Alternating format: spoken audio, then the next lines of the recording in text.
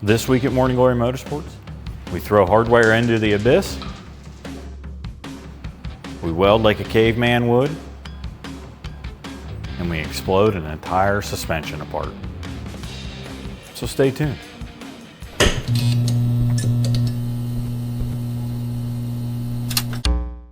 Welcome back. I have a buttload of new parts. We're gonna work on like mounting turbo and doing the whole turbo kit and headers this episode. But to mount the turbo, these wheels and tires are not gonna be on it. So I need to put the new wheels and tires on it, which we got in. They're big. This is gonna make my job difficult. Looks pretty good, huh? That'll look real good on it. Oh. Check them babies out.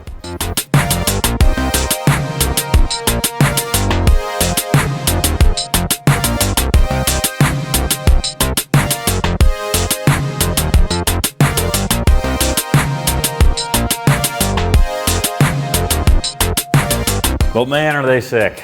They're giant, 18 by 9.5 in the front, and I think 18 by 11 in the rear with this enormous tire. So I think I'm gonna have to raise the car up because I don't think they'll fit. Anyway, I guess let's get to it. So let's go ahead and get these old skinny drag wheels off of here. The tire that's on these wheels is 185. That means it's 185 millimeters wide, which you divide it by 25.4 to put it into inches, and you get 7 1/4. And the tire that's going on is a 275. That's over 10.5 inches wide.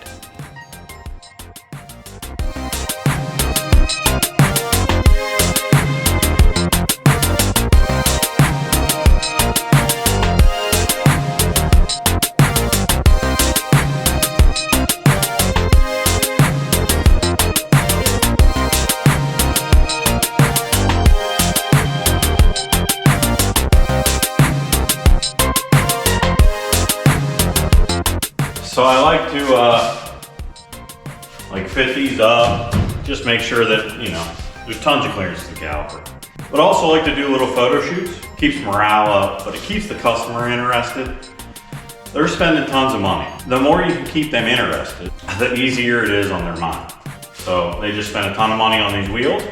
They fit, they look killer on this car. Hella flush. So I like to just stage this, you know, show the customer. Looks good in pictures is my motto. We'll take a couple good pictures, couple good video, send it to the customer, and we'll start fitting the turbo, I guess.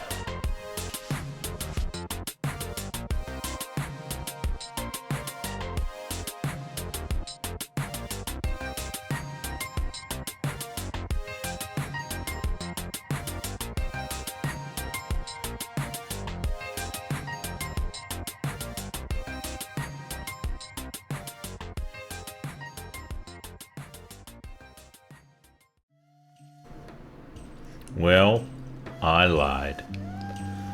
So, we're putting an independent rear suspension back in this car. If you didn't know, that's what Cobras came with. 99 to 01, 03, 04 Cobras, they all had independent rear suspension. Most ditch it if they're gonna be doing any sort of racing it. Way cheaper to build a solid axle. So this baby is long. I have to bust out my custom engine hoist hole. Don't worry, I did the math.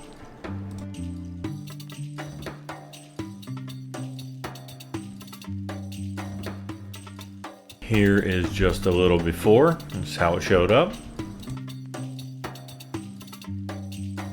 So let's go ahead and get this all stripped down. We're obviously going to clean it up, and we have a lot of upgrades for it.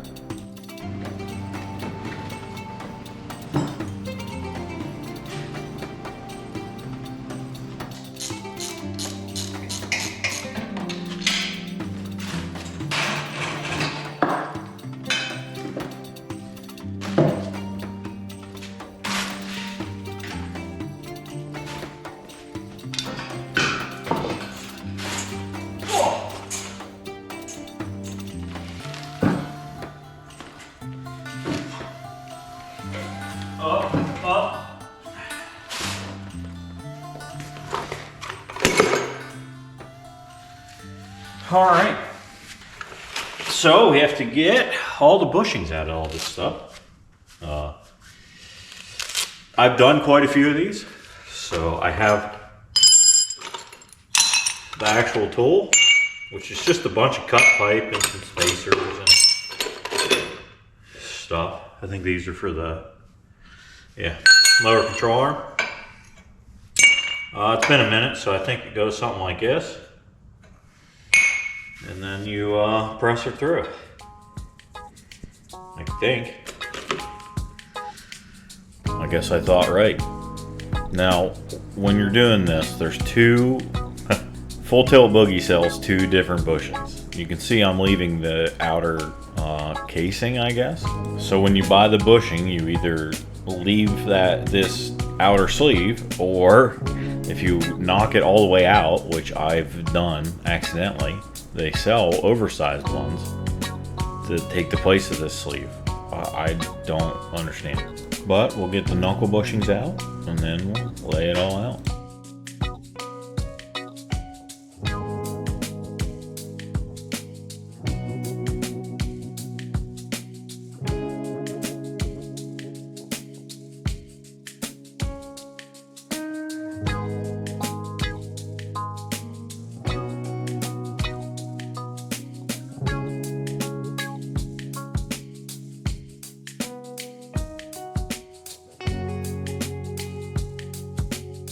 Oh, there isn't a complete IRS from an 03-04 Cobra. Well, I guess.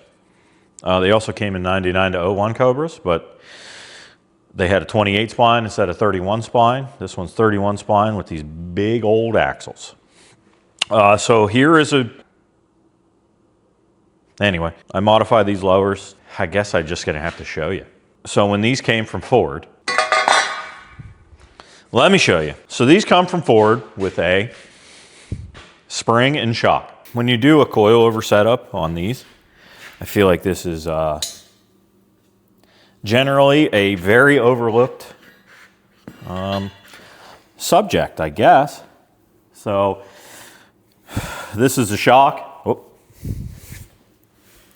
This is the shock in the spring from this whole getup. So the shock goes here. It's double adjustable.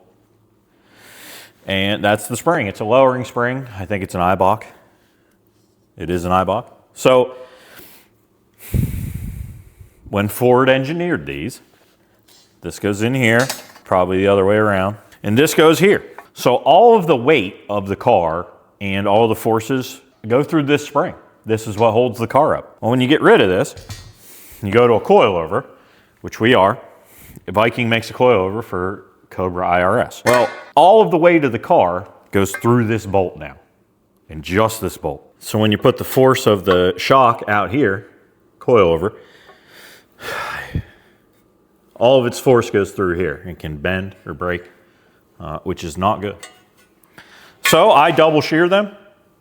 I don't know of anyone else that does them, but I don't know of anyone else that really wants to take this IRS too far. Anyway, let's get them welded on. You saw how cruddy these things are. Before we can go welding them on, we gotta get them cleaned up. I like to clean the castings up a little bit. It makes the powder coat look better. Definitely don't have to do this. Here's this tab. I have it bent to fit. So I just have the inner part of the shock. And then this is the spacer, because you have to space the body away, because these were never made for coilovers, again. And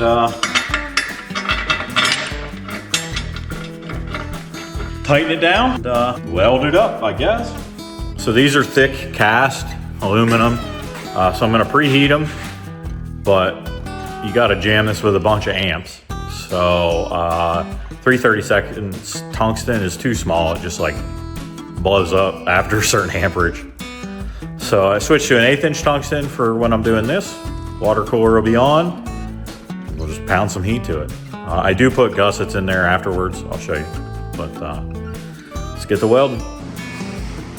So here maybe you can get a better visual. You can see that the bolt is captured this side and this side. The shock is going to go through here.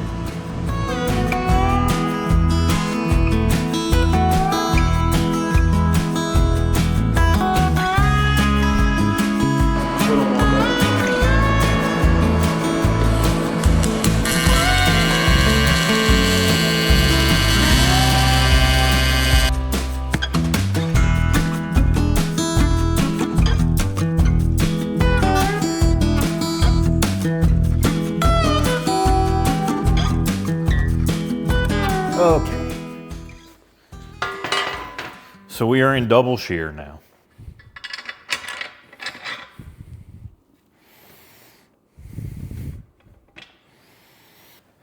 So I'm gonna try and explain why I do this. I don't have the coilover, but this is the shock. The coilover is the same, they just thread the body from here up. So the reason I do this modification, when Ford designed this car, it had a spring and a shock. The shock, the force going through the shock is significantly less when there's a spring. The spring basically takes up all of the force from the car. So when you move the spring to this one single point and up here, but this is a lot different. If you ever look at one of these cars, there's plenty of meat up here. I think my math is somewhat correct-ish. Again, the reason I do this modification is the bolt's captured here and here. All your force is going straight down through the middle when the bolt's captured on both sides. If it wasn't, all your force, now you have much more leverage to try and bend this bolt. So it's been a long time since I've done shear calculations. This is a 14 millimeter, it's 9.8, which is how they do like metric grading. 8.8, I think, is close to grade 5 in SAE. 9.8 would be just a step up from that. I can't find the shear force on a 9.8. I'm sure it's out there, but most of the metric stuff is not in America, believe it or not. 9.8 is going to be just a little bit stronger, but it's also designed to bend. The reason suspension parts are designed to bend is because you don't want them to just shear off and now that suspension part is gone or hanging or whatever. If it bends, at least it'll stay there. I might need the whiteboard for this. I'll get it. I forgot I bought this tiny little board. How's it look? I don't know. Look at this photograph. So anyway, we have a M14 bolt, which is what stock is. I did measure it, and the shear force of an M14 8.8 is equal to 44.2 kilonewton. And I looked up how to convert kilonewton to pound force, which is what we deal with, times it by 224.809, and then you get 9,936.55 pound force, I guess, I think. So this is if you have 1 square inch. A 14 millimeter bolt is not 1 square inch. It's 0.55. So it's almost 9/16. That is 1 inch in millimeters. So you get 0.5511. Now you take this 9,000 number, 9,936 times 0.5511, 5,476.83. Let me see here if I can explain any of this. If you took this bolt in single shear and bent it until it broke, or bent till it deflected, it would take 5,476 pounds to do that. I'm sure that exceeds the weight of the car, but I'm kind of mostly doing this if you're traveling 70 mile an hour down the highway and you come upon a really good bridge transition. I mean, I'm sure you know how good bridge transitions are around in the United States. They're amazing. Let's say this car weighs 4,000 pounds and it comes off the ground. Anyway, those are the calculations I don't know. I'm sure Ford did them when they built the car. But again, they didn't have the entire weight of the car going through this one single point. So when you double shear something, it's kind of just in the name. And this is just for simplicity's sake. And you get 10,000.67. Now, why is that important? Nobody, probably isn't. I bet there's no one out there that has a coilover that's a broken one. But you know what? If they haven't broken one, this will definitely never break. All right, man, thanks for that, I guess. So I guess we're gonna clean up, the welds on these are super nice. So I'm gonna clean this up, and I guess now that that's done, we're gonna take everything to powder coat, and then we'll install bushings and put it in the car, and see the new rear wheels. But anyway, I guess let's move on to mounting a turbo for now.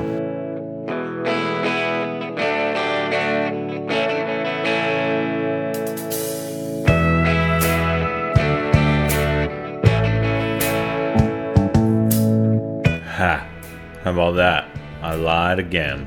So I got a new to us power steering rack. We are going to put that on with this Maximum Motorsports kit.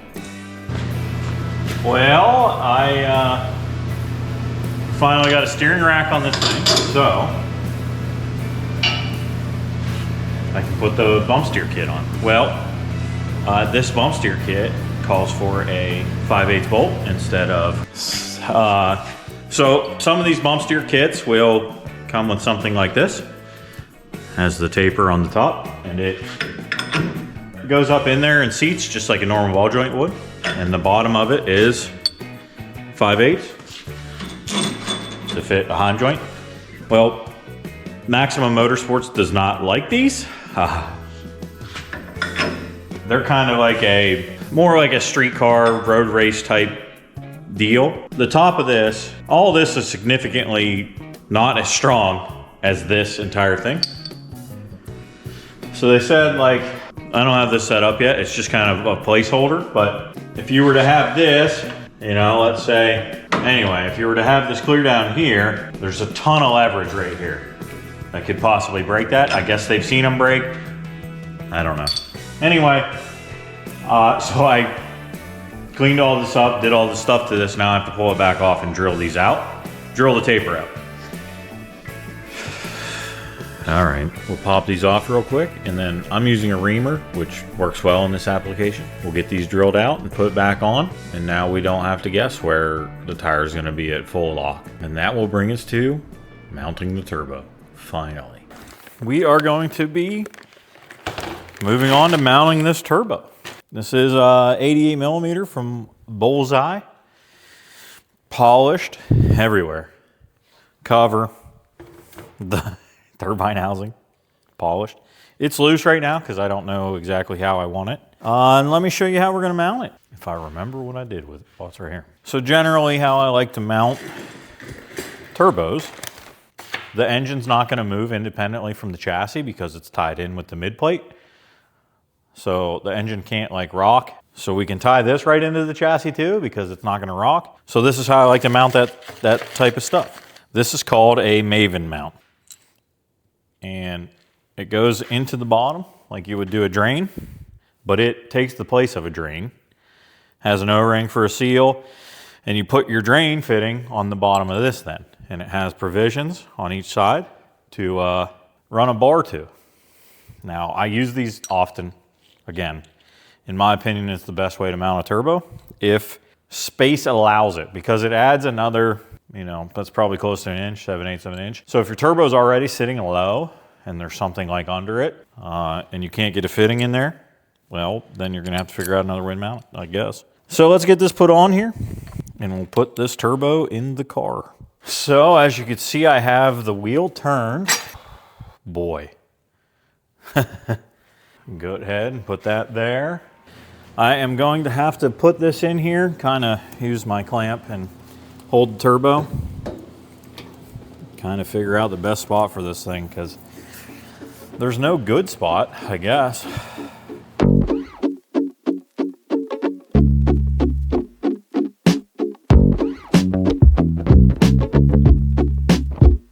This part always takes a lot of pondering.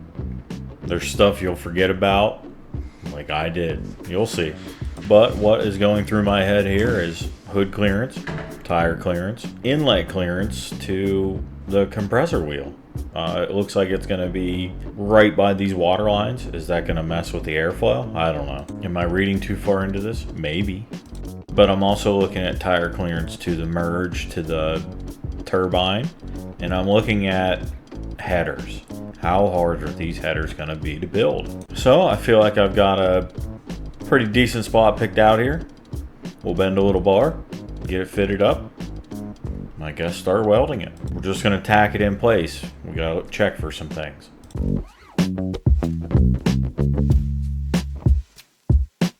Now, one of those things I did forget to check for was putting the AC compressor on, checking for clearance there. Once I put the AC compressor on, the headers and this just was not going to work over here. So I moved it all to the driver's side. So we have a couple flanges to mock up on this thing. Before I weld this permanently, I want to make sure we can do some things. When I first started doing this, a friend of mine told me, when you get these V-bands, take off these nuts. These like locking nuts, and just use regular. These are quarter 28, quarter-inch fine thread, and you just get a regular nut, and that's how you can take it on and off without. I'm sure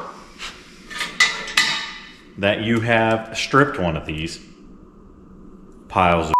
It doesn't matter if it's brand new or has 20,000 runs on it. Doesn't matter. If you take them on and off with a wrench, with anything, they'll gall up and break. The other thing I have to do is machine this. I don't have to, but yeah, these are made for 3-inch, and this is 3.5. Just machine that down a little bit and make it fit nicer. Now, I don't know if it comes across over there, but you may see where some of my concern lies. This one looks good. This one has me a touch concerned. I'm gonna have to make a merge. 90s here. Let's see what we can get. Boy, I actually think that'll work. I think that'll work. So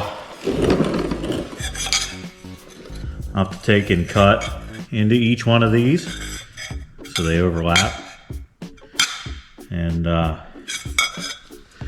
that'll be my merge. So I think I like it. I think we'll pull this off, weld this up, and we'll probably do this cold side. Yep.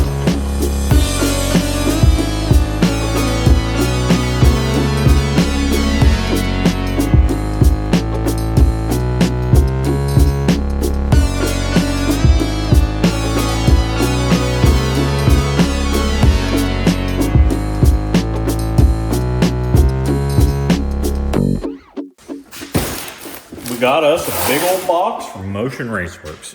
I got, what do we get? A bunch of their dual seal connectors. This is a throttle body adapter. I got the piece for the throttle body to take it to a dual seal. Throttle cable. I got these cast pieces. Check these out. So I've never used them, but that is cast stainless for the wastegates. You saw me make them out of tube earlier, but we're gonna try these out. These are made in the USA. Like all this is. Stickers! And last but not least, I like that they include hardware because it's sometimes hard to track that stuff down. Look at that. Oh yeah. Let's get this bolted on with the adapter. I have to strip this and polish it. I'll do that later. But apparently they don't offer it in raw. Whatever reason. But yeah, we'll get this and all this bolted on. Go from there. We'll start with the throttle body adapter. This is to take Ford bolt pattern to LS bolt pattern. Motion Raceworks only sells their throttle body in LS bolt pattern. Then we'll move on to bolting the throttle body on, and we'll finish it off with the dual seal connector.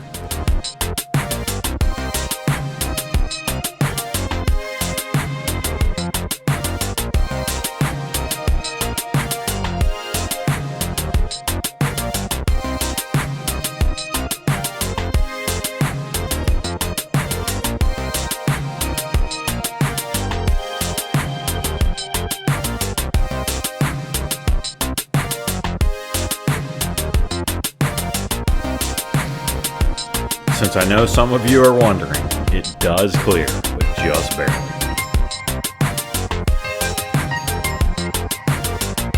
After that, we'll move on to starting the cold side. Turbo to intercooler, just two 90s here. How lucky can we get? Oh, not lucky enough. It's close though.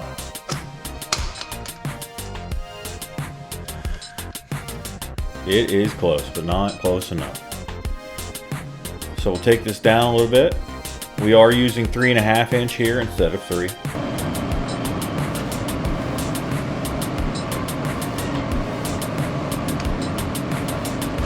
Hey, no problem, right? Just cut a big old hole in something. Okay. So I think I'm gonna go with 3 1/4 hole saw. That'll give me a little room to just open it up with like a die grinder. Now, you don't want to go through into the intercooler itself. Now I just need something to mark the center. So yeah, you just want to be careful here. Don't press too hard so you don't want to damage the intercooler core itself. Let's go ahead and get this opened up with the die grinder. It's kind of like an egg shape. Back and forth. Back and forth.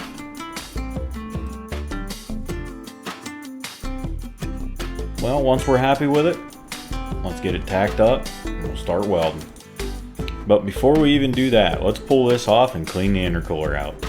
Definitely don't want that going through the engine, huh? So I went ahead and threw the bumper on. I don't have the header panel in, but like I can lift this up and get like that body line. And that's close enough. I just wanted to show, you know, I stuck this on here to make sure there was clearance, and there is. So we'll pop this out of here and get everything welded up, weld on the intercooler too, and then probably start on the other side since I'm hooked up with aluminum. Yeah, and we'll start on the hard part, headers.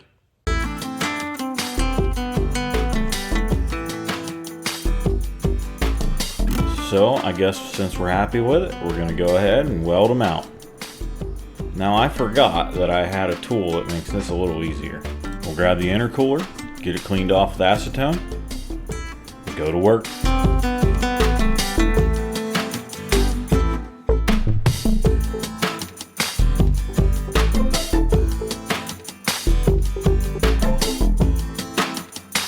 And we'll move on to the other side and basically do the same thing. But I do have a little more freedom on this side. I guess once we like what we see, we'll drill a big old hole in it. And of course, we're going to clean it out real good before we weld this stuff on. We'll get it wiped down and go to work.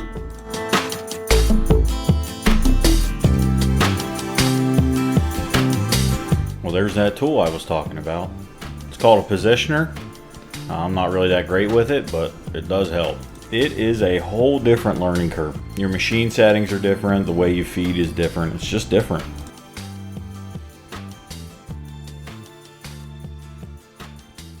Well, it is like a Friday night. Might as well have one, huh?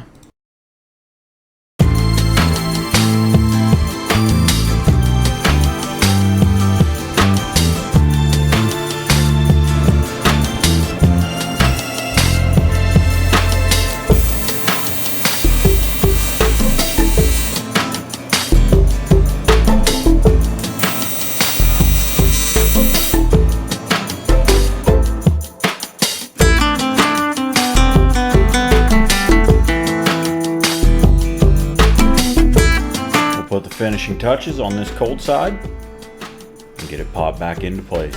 These dual seals really do make it nice to line stuff up. They're a bit stubborn at first though. A little lube goes a long way with these.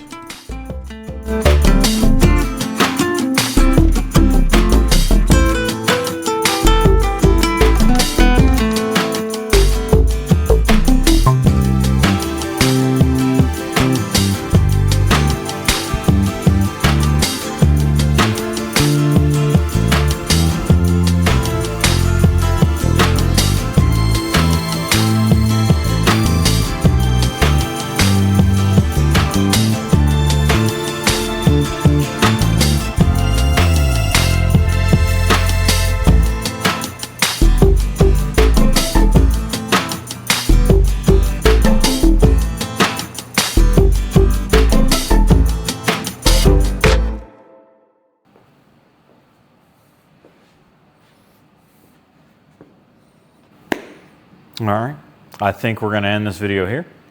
What did we get done? Tore the whole independent rear suspension apart, did some upgrades to it, took it to powder.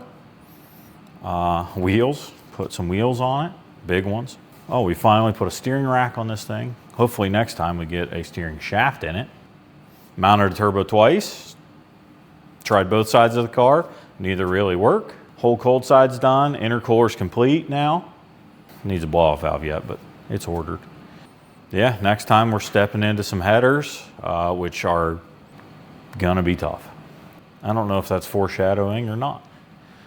Headers, hot side, and hopefully put the IRS back together. Turn this thing into a roller on the new wheels. Next video is probably gonna be from Snowbirds. We're going December 3rd to the 5th or something. We're racing Owlette in limited drag radial. Big surprise. So, I guess if you're liking content, subscribe, hit like, comment, share it. I'd appreciate it. Thanks for watching.